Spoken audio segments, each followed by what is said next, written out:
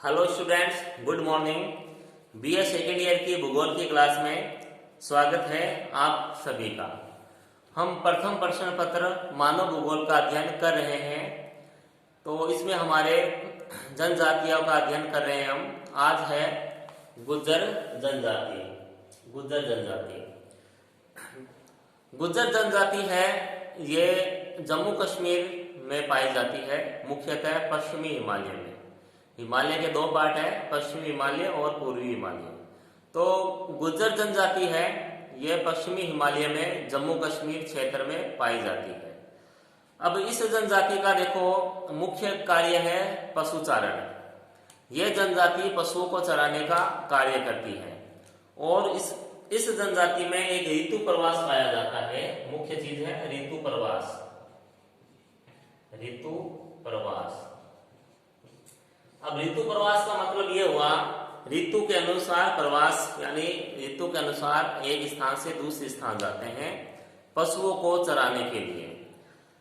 जैसे हिमालय क्षेत्र की जनजाति है ये, तो हिमालय क्षेत्र में क्या होता है, जब पहाड़ों पे ऊंचाई पर बर्फबारी होती है तब ये गुज्जर लोग अपने पशुओं के साथ मैदानों में आ जाते हैं, क्योंकि उस समय मैदानों में सर्दी अधिक नहीं होती है और ना इतनी बर्फबारी होती है। तो ये सर्दियों में तो अपने पशुओं को मैदानों में चराते हैं।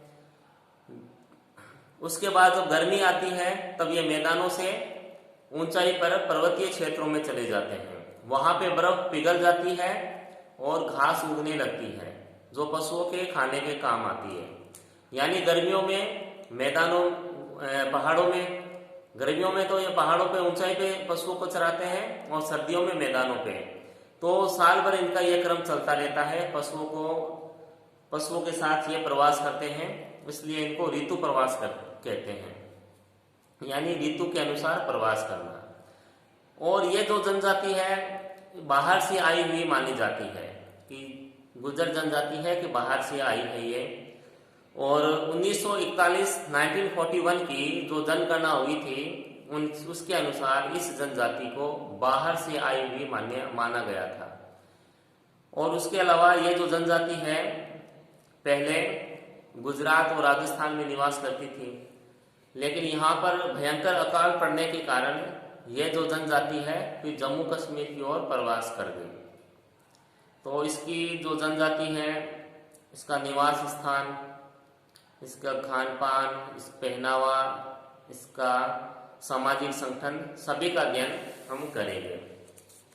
तो सबसे पहले गुज्जर का है निवास क्षेत्र। देखो निवास क्षेत्र जो वर्तमान में है वो तो है जम्मू कश्मीर पश्चिमी हिमालय में। उसके अलावा पहले जैसे ये जनजाति है कहाँ निवास करती थी, मतलब बैकग्राउंड में थोड़ा इसके चलते हैं। देखो ये जो जनजाति है मध्य एशिया के पशुचारक रहे हैं। ये जो जनजाति है मध्य एशिया की मानी जाती है, कि ये जो जनजाति है मध्य एशिया में रहती थी, लेकिन ये भारत में प्रवेश कर गई बाद में। पशुचारक जनजाति है। और इसका जो क्षेत्र है वो काला सागर और कैस्पियन सागर के मध्य गुर्जिया क्षेत्र माना जाता है। काला सागर और कैस्पियन सागर के पास में एक गुर्जिया क्षेत्र है, वो इनका निवास स्थान माना जाता है। यहाँ के गुर्जिस के वंशज हैं और ये इनके जो वंश है वो गुर्जिस के वंश है। गुर्जिस के ये वंशज है, इसके वंशज माने जाते हैं। ठीक है, मध्य एशिया से आई है, काला सागर कैस्पियन सागर के बीच से आई है, गुर्जिया क्षेत्र से आई है और गुर्जिस वंशज के हैं। और फिर भारत के अंदर 1941 में जनगणना हुई थी।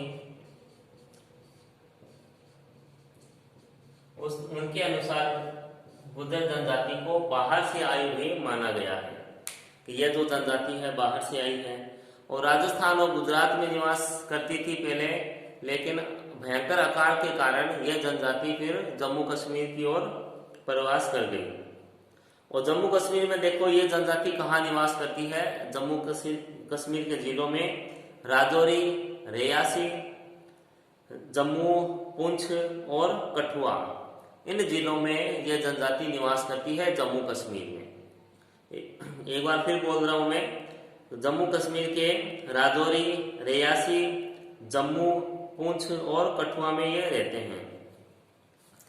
अब ये जो जनजाति है, इनका जो जनजीवन है, इनका जो एनवायरनमेंट है वो काफी कठिन है, क्योंकि पहाड़ों पे रहते हैं। जम्मू कश्मीर क्षेत्र है, वहाँ बहुत अधिक सर्दी भी रहती है, हिमपात भी होता है।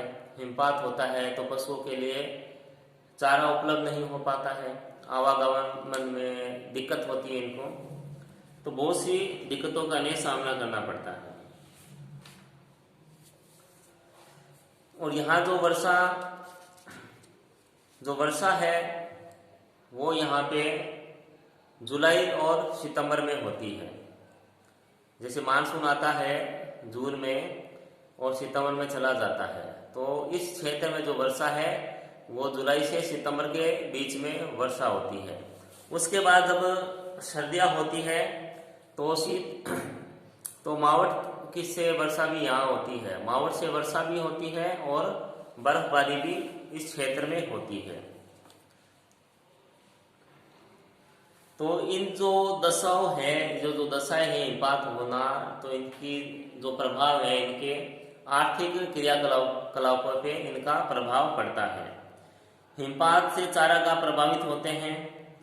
जम्मू क्षेत्र की पहाड़ियां पशु चारण के लिए उपयुक्त रहती है, जबकि ग्रीष्म काल में ये लोग उच्च क्षेत्रों में प्रवास कर जाते हैं।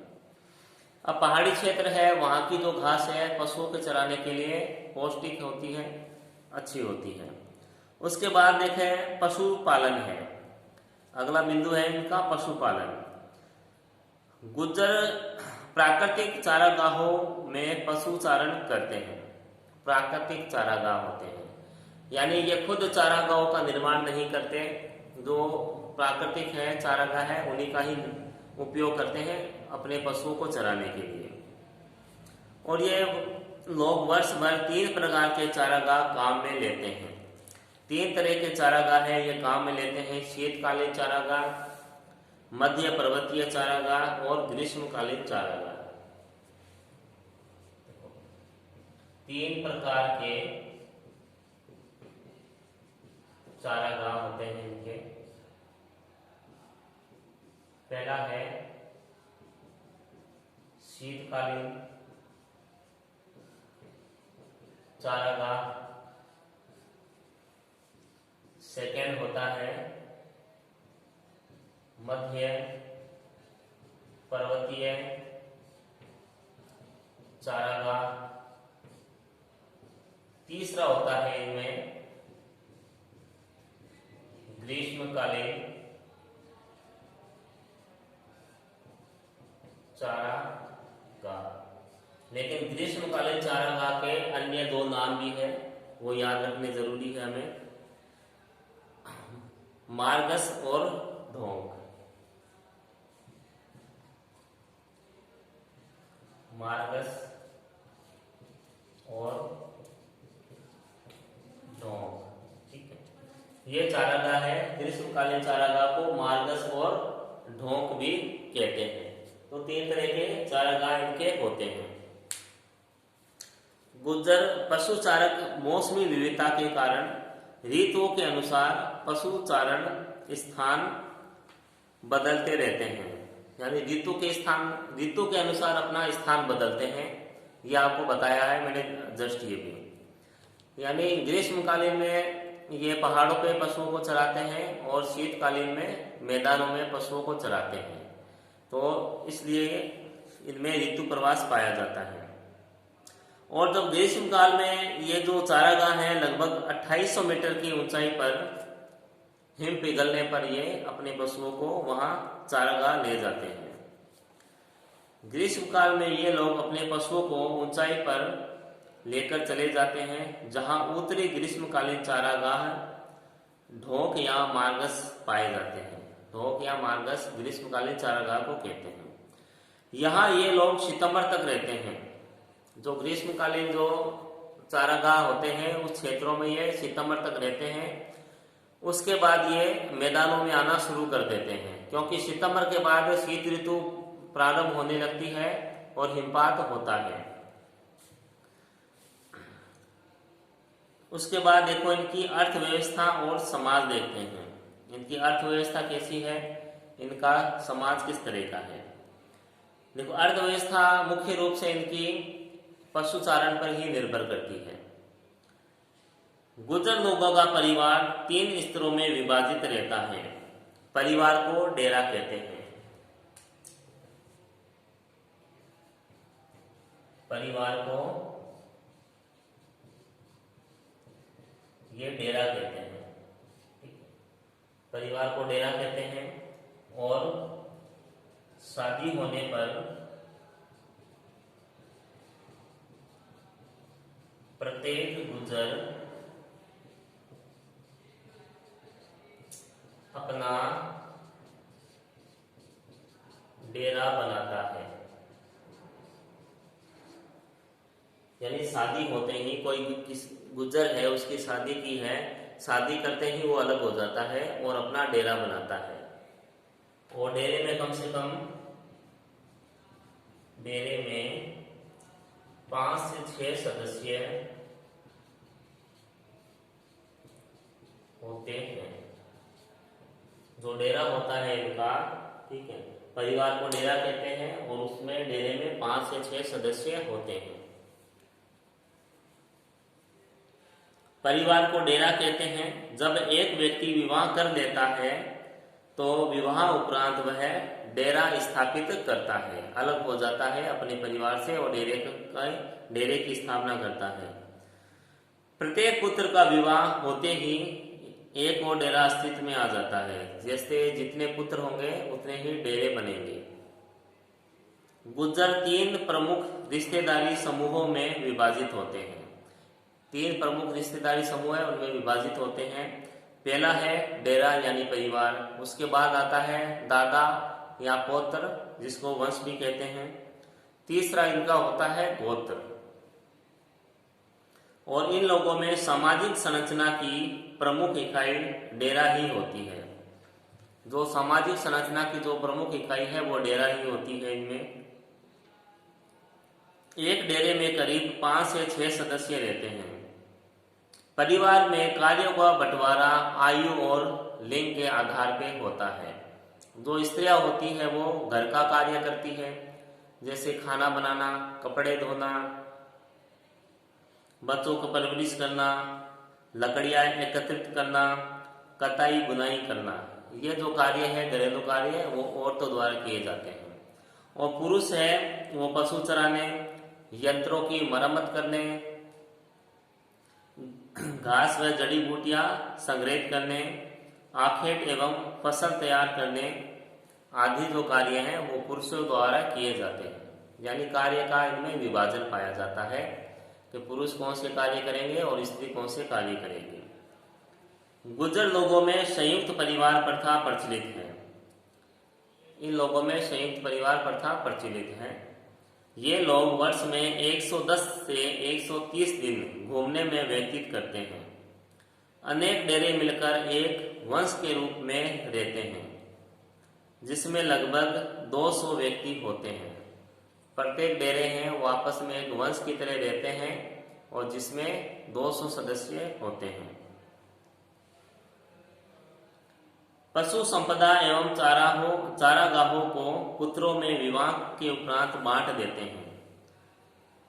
तो विवाह होते ही ये अपने पुत्रों में जो पशु और जो चारागाह है वो बांट देते हैं, अलग अलग बंटवारा कर देते हैं अपनी संपत्ति का। वंश का मुखिया जो बड़ा होता है वही होता है और वो राजनीतिक निर्णय भी लेता है।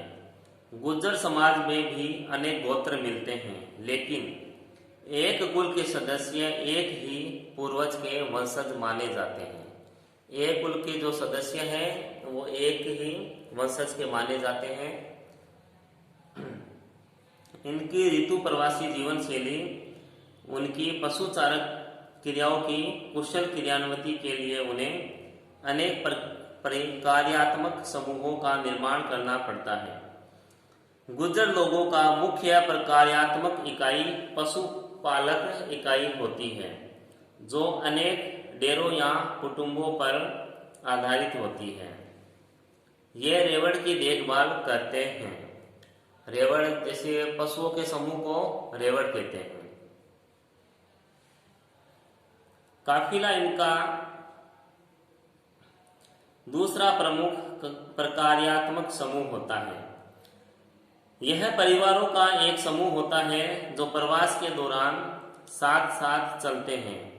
गुर्जर लोगों की पंचायत को जिरगा कहते हैं। इनकी जो पंचायत होती है गुर्जर लोगों की, उसको जिरगा कहते हैं। जिरगा। तो पंचायत में ये अपने आपसी झगड़े हैं उनका निपटारा किया जाता है। गुर्जर लोग अप्रैल में वैशाखी पर्व भी मनाते हैं। उसके अलावा मुस्लिम पर्व है उनको भी ये मनाते हैं। वैशाखी के बाद ही ये लोग ऊपरी भागों में जाने लगते हैं। वैशाखी का पर्व मनाकर ये जो ऊंचाई पे जाने लगते हैं अपनों पशुओं को लेकर पशु चारण के लिए, और सितंबर में वापस मैदानों में आने लगते हैं। गुर्जर लोगों में बाल विवाह प्रचलित है। गुर्जर लोगों में बाल विवाह होता है जब 8 वर्ष आयु में ये अपने बच्चों की मंगनी कर देते हैं और उसके 5 साल बाद ये शादी कर देते हैं। यानी 12-13 साल की उम्र में ये अपने बच्चों की विवाह कर देते हैं। विवाह हमेशा ग्रीष्म काल में करते हैं। शादी हमेशा ग्रीष्म काल में करते हैं और वर के पिता द्वारा पशुधन एवं संपत्ति दी जाती है। वर का जो पिता है वो कन्या पक्ष को संपत्ति और पशुधन देता है। इनमें पुनर्विवाह प्रथा भी पाई जाती है। जो गुर्जर लोग हैं इनमें पुनर्विवाह प्रथा भी पाई जाती है, यानी इनमें विधवा विवाह होता है, जो कि एक अच्छी बात है। इस तरह गुर्जर लोगों में एक संगठित सामाजिक जीवन पाया जाता है। सामाजिक स्त्रीकरण, रीति रिवाज तथा वर्जित कार्य सभी मौसमी प्रवास के ही होते हैं। इनमें अंधविश्वास भी पाए जाते हैं, जिसके कारण पीर इनका शोषण करते हैं। तो गुर्जर जनजाति है उसमें अंधविश्वास भी होते हैं, भूत प्रेतों को मानते हैं, जिसके कारण जो पीर वगैरह होते हैं वो इनका शोषण करते हैं, पैसे वगैरह इनसे ठग लेते हैं और भूत भगाने का कह देते हैं कि हमने आप जो भूत था उससे आपको छुटकारा दिला दिया। प्राकृतिक पर्यावरण का प्रभाव इनकी सामाजिक, सांस्कृतिक व आर्थिक क्रियाओं में स्पष्ट देखने को मिलता है। अब जो सरकार है इनका स्थायीकरण भी कर रही है। सरकार द्वारा अनेक योजनाएं बनाकर गुर्जरों को मुख्य धारा में लौटने के लिए प्रयास कर रही है। इनको शिक्षित भी किया जा रहा है। पशुचारण के अलावा अन्य कार्यों में भी इनको लगाया जा रहा है। सरकार की ओर से कई योजनाएं बनाई गई है गुर्जर जनजाति के लिए। तो गुर्जर जनजाति है वो अब समाप्त होती है। तो इसका जो मैटर है वो कम ही दिया हुआ है, क्योंकि गुर्जर जाति है इसका बहुत ही कम पूछा जाता है पेपर में। जो मुख्य रूप से भील है, नागा है, गोंड जनजातियां है, इनका पूछा जाता है। अब अपने केवल एक ही जनजाति बची है, वो है संथाल। संथाल जनजाति। उसके बाद जो भारत की जो जनजातियां हैं वो समाप्त है। संथाल जनजाति है वो अपने लेंगे नेक्स्ट वीडियो में। संथाल जनजाति है ये जो वंदे मातरम जो भारत का जो राष्ट्र गीत है, ये जो बंकिम चंद्र चट्टोपाध्याय ने लिखा था आनंद मठ में, जिसमें संथालों का है उसमें विवरण है जिन्होंने विद्रोह किया था। तो संथाल जनजाति है उसका अध्ययन हम नेक्स्ट वीडियो में करेंगे। तब तक घर पे रहें, स्वस्थ रहें। धन्यवाद।